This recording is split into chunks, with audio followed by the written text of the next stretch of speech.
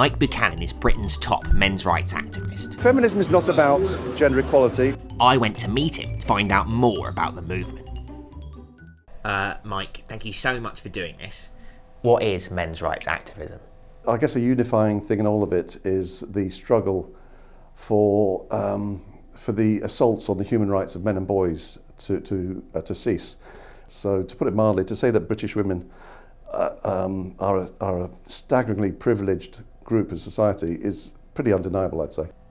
In many ways, it is harder to be a man in that sense. You know, I was looking, in the last century, women won the right to vote and the right to hold office. Men didn't win either of those things. So, what different legal rights do women have to men? God, there's so many. If I want to engage with a feminist, I'll ask them to give me examples of where I have rights that she doesn't, and of course they can never come up with one. People always talk about how women are stereotyped in the media, but if you look closely, men are as well. For instance, women are shown to be scatty and emotional in films like rom-coms, but men are shown to be violent and abusive in TV programs like The News.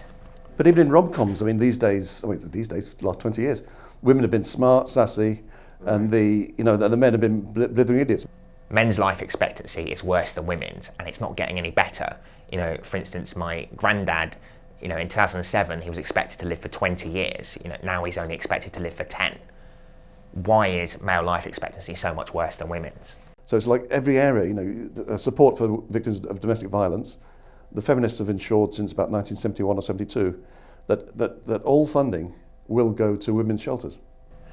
Men are expected to be strong and tough all the time. For instance, John Terry cut his penis while he was playing football and he carried on. So he was bleeding from his groin and he carried on. Like, you wouldn't expect a woman to do that. No.